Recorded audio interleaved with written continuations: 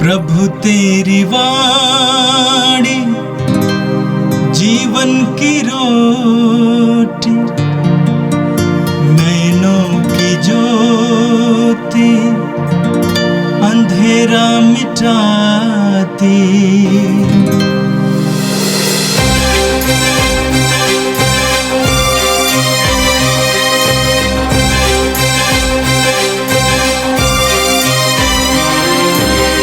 प्रभु तेरी वाणी जीवन की रोटी, नैनों की ज्योति अंधेरा मिटाती।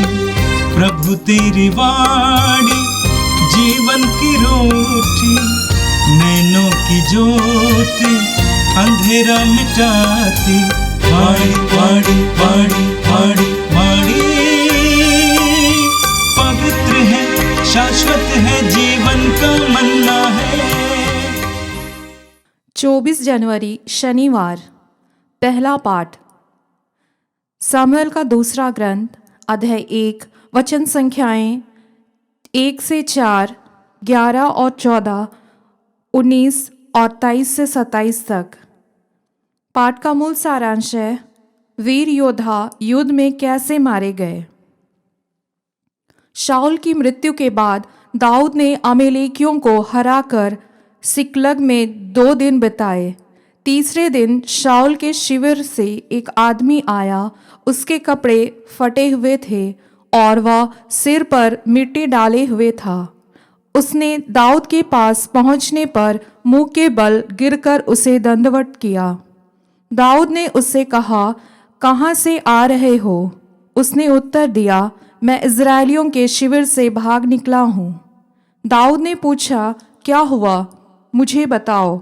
उसने कहा, सेना रणभूमि से भाग गई और बहुत से लोग मर गए। शाऊल और उनके पुत्र योनातान भी मर गए हैं। दाऊद ने अपने कपड़े लेकर फाड़ डाले और उसके साथ के सब लोगों ने ऐसा ही किया। वे विलाप करने और रोने लगे, क्योंकि शाऊल, उसका पुत्र योनातान और ईश्वर की प्रजा इज़राइल का घराना, ये सब तलवार के घाट उतार दिए गए हैं। और उन्होंने शाम तक उपवास किया। शाऊल इज़राइल के गौरव पर्वत पर मारे गए। वे वीर योद्धा कैसे मारे गए। शाऊल और योनातान सौम्य और परम प्रिय, जीवन में और मरण में भी अलग नहीं हुए। वे करोड़ों से भी अधिक दूतगामी थे, सिंहों से भी अधिक शक्तिशाली। इज़राइल की पुत्रियों, शाऊल पर विलाप करो। वह तुम्हें सुंदर किरमिज और छालटी पहनाते थे। वह तुम्हारे वस्त्र पर स्वर्ण आभूषण सजाते थे। वीर योद्धा युद्ध में कैसे मारे गए। हे योनातान, तुम युद्ध में खेत आए और पर्वत पर निर्जीव पड़े हुए हो। भाई योनातान, तुम्हारे कारण मेरा हृदय भारी है।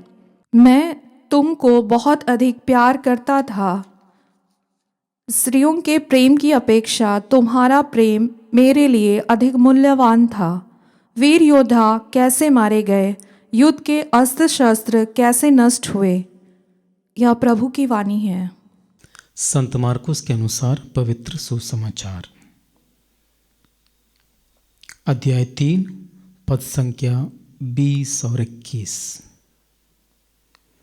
वे घर लौटे और फिर इतनी भीड़ एकत्र हो गई कि उन लोगों को भोजन करने की भी फुर्सत नहीं रही।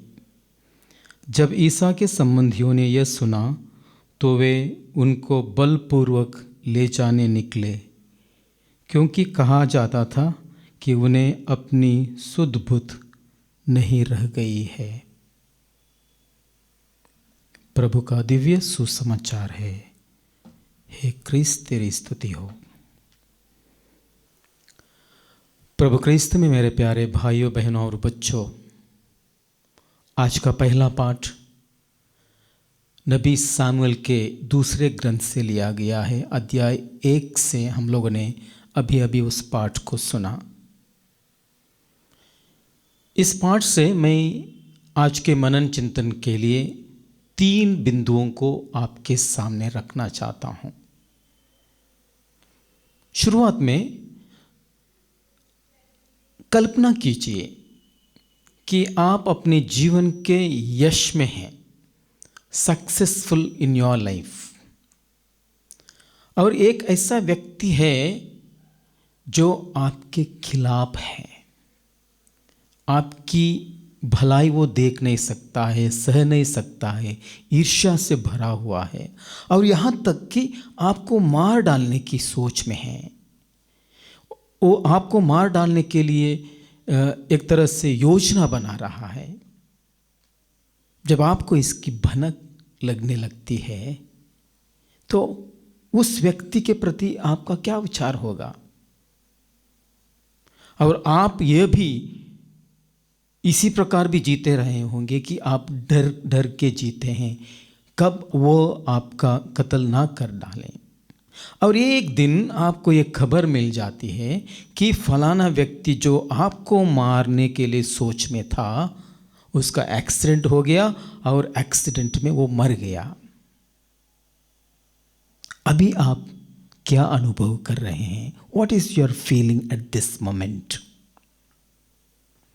मानवीय स्वभाव से अगर हम लोग देखेंगे तो इस वक्त हम लोग खुश होंगे, इसलिए कि जो व्यक्ति मुझे मार डालना चाह रहा है अभी वो स्वयं खत्म हो गया है, अभी मुझे डरने की आवश्यकता नहीं है। तो ये सोचकर कि जो व्यक्ति मुझे मार डालने की ताक में था वो स्वयं नष्ट हो गया है, ईश्वर ने उसके कर्मों के लिए उनका फल दिया है, ऐसा सोच के हम लोग आनंदित हो जाते हैं। लेकिन आज के पहले पाठ में हम लोग देखते हैं दाऊद को। राजा सौल उसे एक तरह से ईर्ष्या करता था, नफरत करता था, उसको मार डालने की योजना बना रहा था। भले ही उसका पुत्र योनातन दाऊद के लिए अच्छा सोचता था, लेकिन सौल उसको किस प्रकार खत्म किया जाए इसकी सोच में था। अब आज के पाठ में हम लोग देखते हैं कि उसको खबर मिल जाती है कि राजा सौल और योनातन दोनों की मृत्यु हो जाती है। और हम देखते हैं दाऊद के अंदर ऐसी कृपा थी जो उन लोगों के पतन पर आनंद नहीं मनाता है। सूक्ति ग्रंथ अध्याय 24 पद संख्या 17 कहता है, अपने शत्रु के पतन पर आनंद मत मनाओ, जब वो ठोकर खाता है तुम्हारा हृदय उल्लसित ना हो। साथ ही साथ हम लोग कुरिन्थियों के नाम संत पौलुस के पहले पत्र अध्याय 13 पद संख्या 6 में हम लोग देखते हैं, प्रेम दूसरे के पाप से आनंदित नहीं होता है। जब दूसरे लोग पाप करते हैं या दूसरे लोगों के जीवन पर अनिष्ट आ जाता है, दुख दर्द आ जाते हैं, हम प्रसन्न चित्त नहीं हो जाते हैं, उल्लसित नहीं हो जाते हैं, क्योंकि एक स्पर्शित हृदय यानी कि जो ईश्वर से स्पर्श किया वाला हृदय दूसरों के दुर्भाग्य पर आनंद नहीं मनाता है। और यही हम लोग दाऊद के जीवन में हम लोग देखते हैं। भले ही दाऊद के खिलाफ राजा सौल ने षड्यंत्र रचा था, योजना बनाई थी उसको किस प्रकार ख़त्म किया जाए, लेकिन दाऊद उस व्यक्ति पर कोई नफरत नहीं करता है, उसकी मृत्यु पर वो विलाप करता है, अपने वस्त्र फाड़ देता है, रोने लगता है, दुखी हो जाता है और लोगों के साथ मिलकर वो विलाप करने लगता है। दूसरी चीज हम लोग देखते हैं, ऐसा प्रेम जो मृत्यु और निराशा से भी परे है। दाऊद ने ऐसा प्रेम प्रकट किया जो मृत्यु और निराशा से भी परे हैं। योनातन उसका बहुत ही प्यारा मित्र था। जब उसकी मृत्यु हो गई, हम प्रभु के वचन में पढ़ते हैं, भाई योनातन तुम्हारे कारण मेरा हृदय भारी है, यानी कि तुम्हारे कारण, तुम्हारी मृत्यु के कारण मेरा हृदय भारी है। मैं तुमको अधिक प्यार करता था। वो अपना प्रेम प्रकट कर रहा है। जो निष्ठा, जो प्रेम, जो समर्पण, जो त्याग उस व्यक्ति के प्रति था, उसको वो व्यक्त कर रहा है। और आज जब उसकी मृत्यु हो गई, वो बहुत दुखी हो जाता है। सूक्ति ग्रंथ अध्याय 17 पद संख्या 17 में हम लोग पढ़ते हैं, मित्र हर समय प्रेम करता है। एक सच्चा मित्र दूसरे मित्र को हर समय प्रेम करता है। और उसी प्रकार हम लोग योहन के अध्याय 15 पद संख्या 13 में हम लोग पढ़ते हैं, इससे बड़ा किसी का प्रेम नहीं कि वो अपने मित्रों के लिए अपना प्राण दे दे। और हम लोग इस पाठ में योनाथन की मित्रता, और जब उसकी मृत्यु पर उसका हृदय किस प्रकार करा उठता है, किस प्रकार वेदना से भरा है, उस भाव को हम लोग समझ सकते हैं। तीसरी बात है, हम दूसरों के असफलताओं को ना गिने, बल्कि उनकी भलाई को स्मरण करें।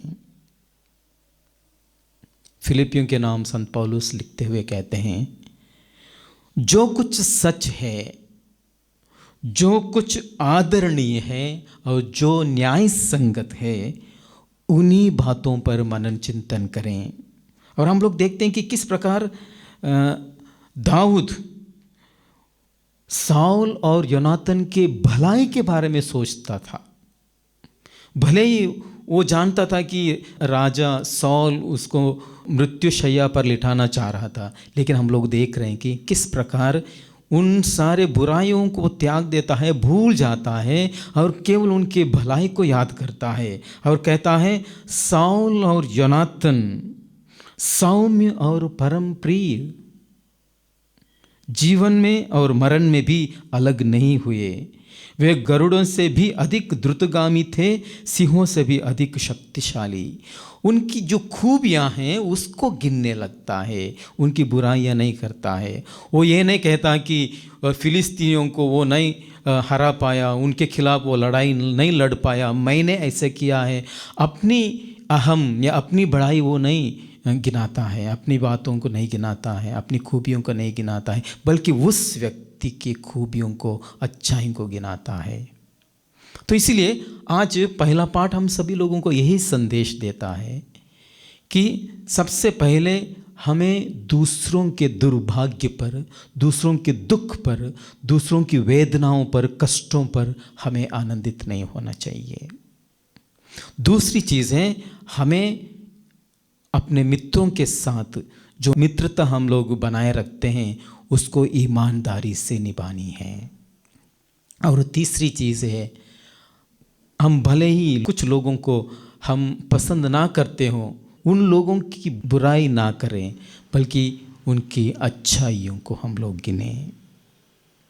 आज का सुसमाचार जो हम लोगों ने मार्कुस के सुसमाचार से सुना था, अध्याय 3, केवल 2 पंक्तियों को हमने सुना, लेकिन ये 2 पंक्तियाँ बहुत ही दुखदाई है। दुखदाई इसलिए है क्योंकि प्रभु यीशु को अपने ही लोगों ने दूसरों लोगों के वचनों के अनुसार प्रतिक्रिया जताते हुए उनको वो अपने घर ले गए। दूसरे लोग कहा करते थे, इस व्यक्ति ने अपनी सुध बुध खो दिए, अर्थात वो पागल हो गया है। तो उनकी बात मानकर उनको अपना घर ले चलने के लिए आए। आखिर प्रभु यीशु का पागलपन क्या था? प्रभु यीशु का पागलपन इतना ही था कि वो बिना थके दूसरों की सेवा कर रहे थे, बिना शर्त दूसरों का प्रेम कर रहे थे, अपनी सुविधा को छोड़कर दूसरों के लिए जी रहे थे। दुनिया ने इसको मूर्खता समझा, लेकिन ईश्वर की दृष्टि से यह बुद्धिमत्ता है। अपने को, स्वयं को त्याग देना और दूसरों के हित के लिए काम करना, यही ईश्वरी इच्छा है। प्रभु यीशु ने इस इच्छा को समझा और अपना सर्वस्व दूसरों के लिए दिया। हम जानते हैं कि वो शहर शहर, गांव गांव टहलते हुए लोगों की भलाई करते गए, लेकिन कई लोग, विशेष करके उनके परिवार के लोग, उनके रिश्तेदार, समाज ने उसको सही अर्थ से नहीं लिया। सोचने लगे कि उनके अंदर एक तरह का पागलपन आया हो या उसने सुध बुध खो दी है। आप ही अनुमान लगाइए, जब कोई व्यक्ति किसी और को अपने दिल से प्रेम करने लगता है और उस प्रेम को गलत समझा जाता है और उस प्रेम भाव को, उस सेवा भाव को गलत अर्थ दिया जाता है, तो कितनी वेदना उसके अंदर रह जाती होगी। और विशेष करके अपने ही लोग, अपने परिवार के लोग, अपने रिश्तेदार ही ये बात को ना समझें, वो घड़ी बहुत ही दुखदाई होती है। हमारे जीवन में जो विश्वास हम लोग व्यक्त करते हैं, जो सेवा हम एक दूसरे के लिए करते हैं, और विशेष करके जो कभी कभी हमारे जीवन की दिशा निरूपण के लिए जो निर्णय हम लोग लेते हैं, कभी कभी हमारे परिवार के लोग उस पर साम्यता नहीं दिखाते हैं, उसको नहीं समझते हैं। और ये घड़ी मैं समझता हूँ कि बहुत ही दुखदाई है। आज प्रभु यीशु के इस घड़ी से, जीवन के इस घड़ी से, इस संदर्भ से हमें भी प्रेरणा मिलती है कि अगर हम इस तरह की वेदना से भरे हुए हैं, हम अकेले नहीं हैं। प्रभु यीशु ने स्वयं अपने जीवन में इस तरह की वेदना सही थी। और इसीलिए आज प्रभु यीशु हम सभी लोगों को एक तरह से प्रेरित करते हैं, हमारे विश्वास को और दृढ़ बनाते हैं कि हम उस प्रभु पर विश्वास करते हुए हम लोग आगे बढ़ें। हमारे जीवन में ऐसे अवसरों में विचलित ना हो जाएं, बल्कि हमारे लक्ष्य की ओर दिन प्रतिदिन हम लोग आगे बढ़ते जाएं। तो आइए हम प्रार्थना करें। हे सर्वशक्तिमान पिता परमेश्वर, आज के इस दिन के लिए हम आपको धन्यवाद देते हैं। आपने हमारे ऊपर बरसाए सभी वरदानों के लिए हम धन्यवाद देते हैं। हे प्रभु यीशु, मनुष्य होने के नाते, मानवीय गुण को धारण करने के नाते कई बार हम लोग दूसरों की बुराई सोचते हैं। जो हमसे आगे निकलते हैं, ऐसे व्यक्तियों पर हम लोग ईर्ष्या करने लगते हैं। हे प्रभु यीशु, तो अपने पवित्र आत्मा को हमारे ऊपर उंडेल दे, अपने पवित्र आत्मा से हर एक को अभिषिक्त कर दे। विशेष करके इस वक्त जो आपके वचनों को सुन रहे हैं ऑनलाइन माध्यम से, उनमें से प्रत्येक को अपनी आशीष से तू भर दे, जिससे कि हम सभी लोग बुराई से दूर रहें, दूसरों की भलाई सोचें, दूसरों के बुराई में आनंदित ना हो जाएं, बल्कि उनके प्रति संवेदनशीलता प्रकट करें, उनके प्रति प्रेम प्रकट करें, उनके लिए प्रार्थना करें, उनकी सेवा करें, उनके कार्यों में हम सहयोग दे सकें। विशेष करके उन तमाम लोगों के लिए हम लोग प्रार्थना करते हैं जिन्हें अपने ही परिवार के लोग समझते नहीं हैं, अपने रिश्तेदार नहीं समझते हैं, जिनको परिवार से दूर किया गया है। हे प्रभु यीशु, ऐसे लोगों पर आपकी आशीष, अपना हाथ बढ़ा दे, उनको आशीषित कर दे, जिससे कि उनके अंदर एक धैर्य आ जाए। अपने जीवन में इस कठिन समय में अपना धैर्य ना खोएं, बल्कि आप पर विश्वास करते हुए, आपके वचनों पर विश्वास करते हुए आगे बढ़ सकें। ये प्रार्थना हम करते हैं हमारे प्रभु क्रिस्त के द्वारा, आमीन। प्रभु तेरी वाणी जीवन की रोटी, नैनों की ज्योति अंधेरा मिटाती, वाणी वाणी वाणी वाणी वाणी